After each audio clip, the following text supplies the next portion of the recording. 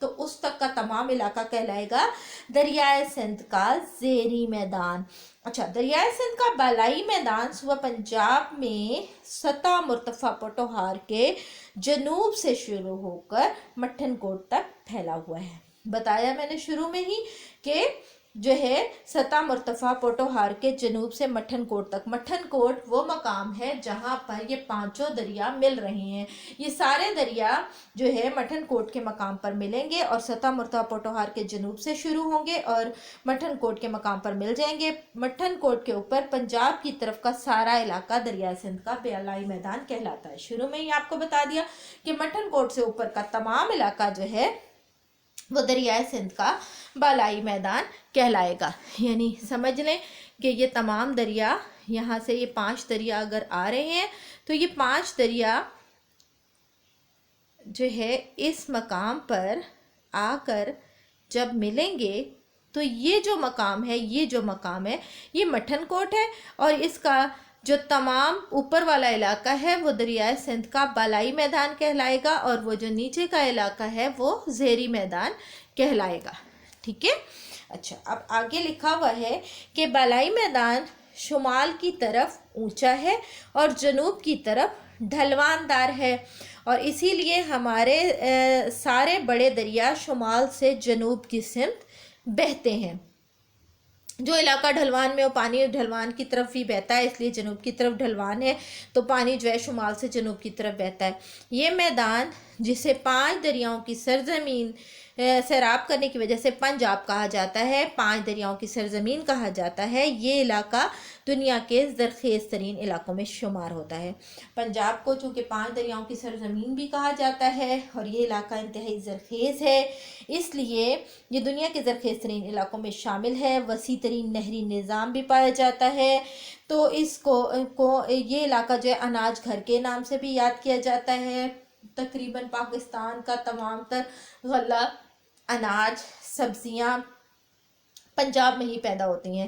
یہ تقریباً پورے پاکستان کی غذائی ضروریات کو پورا کرتا ہے۔ اس میدان کے مغرب میں دریائے سندھ، دریائے جہلم کے درمیان تھل کا ریگستان ہے، جسے اب سیراب کر کے قابل کاشت بنایا گیا ہے، اور چنے کی کاشت کے لیے یہ علاقہ بہت مشہور ہے۔ یعنی آپ کو پتہ ہے ان دریاؤں سے چھوٹی چھوٹی نہریں نکالی گئی ہیں، اور نہروں کے ذریعے ان علاقوں کو بھی سیراب کیا گیا ہے جو کہ پہلے قابل کاشت نہیں تھے، جو صحرا تھے، لیکن اب ان کو کاشت کر کے ان سے بھی، ان جگہوں سے بھی، یا ان میدانوں سے بھی، ان کھیتوں سے بھی بہت اچھی فصلیں حاصل کی جا رہی ہیں نہری نظام کی بدولت۔ ٹھیک ہے، اب آ جائیں دریائے سندھ کا زیریں میدان۔ جیسے کہ آپ کو میں نے بتایا تھا کہ مٹھن کوٹ سے اوپر کا تمام علاقہ دریائے سندھ کا بالائی میدان کہلائے گا، اور نیچے والا تمام علاقہ دریائے سندھ کا زیریں میدان کہلائے گا۔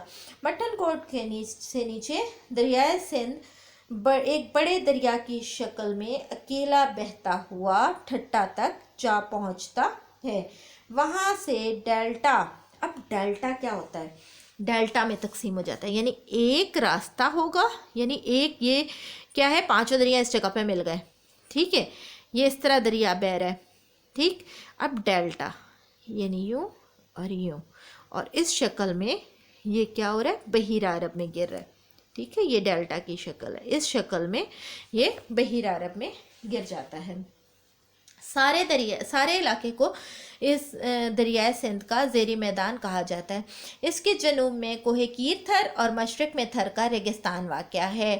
سندھ کا زیریں میدان بھی بہت زرخیز ہے، لیکن چونکہ یہ ارد گرد کی کا علاقہ جو ہے وہ ابھی تک جو ہے قابل کاشت نہیں ہے، ریگستان ہے، اور جو ہے لیکن پھر بھی یہاں پر کچھ علاقوں میں جو ہے وہ فصلیں کاشت کی جاتی ہیں، کچھ علاقہ جو ہے زرخیز بھی ہے اس کا، لیکن اس طرح کا زرخیز نہیں ہے کہ جیسا کہ پنجاب ہے ویسا زرخیز نہیں ہے، لیکن پھر بھی کچھ فصلیں تیار ہوتی ہیں۔ یہ اگیتی سبزیوں اور پھلوں کی پیداوار کے حوالے سے بڑی شہرت رکھتا ہے۔ آبپاشی زیادہ تر انہار اور ٹیوب ویلوں کے ذریعے ہوتی ہے، یعنی یہاں زیادہ تر جو ہے وہ فصلیں جو ہیں وہ آبپاشی کے ذریعے، یعنی انہار کے ذریعے، ٹیوب ویلوں کے ذریعے ہی کاشت کیا جاتا ہے۔ زیر زمین پانی زیادہ تر کھارا ہے۔ کھارا پانی جو ہے جس میں نمکیات بہت زیادہ ہوتی ہیں، وہ چونکہ کہ یہ علاقہ جو ہے یہاں پانی اتنا اچھا نہیں ہے، نمکیات اس پہ زیادہ ہوتے ہیں، اسی لیے زمین بھی اتنی اچھی نہیں ہے، فصلیں بھی اتنی زیادہ اچھی نہیں ہوتی. اور ٹھٹا کے قریب ڈیلٹا کے علاقے میں چاول کی فصل کے لیے، یعنی کچھ علاقہ ایسا ہے جہاں پہ میں نے آپ کو بتایا تھا کہ ڈیلٹا کی شکل میں پانی جو ہے گرتا ہے، تو اس کے ارد گرد کا علاقہ جو ہے وہ ایسا ہے جو چاول کی کاشت کے لیے بہت اچھا ہے، موضوع ہے.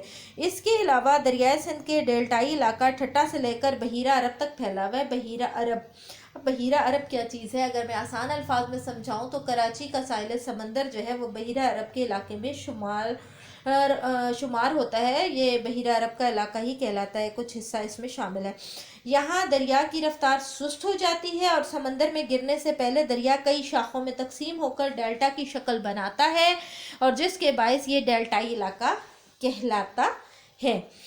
Thank you students. اور یہ جو ہے یہ دریائے سندھ کا بالائی میدان، دریائے سندھ کا زیریں میدان اور سطح مرتفع، ہم نے یہ کوسچن نمبر 5 کمپلیٹ کر لیا ہے.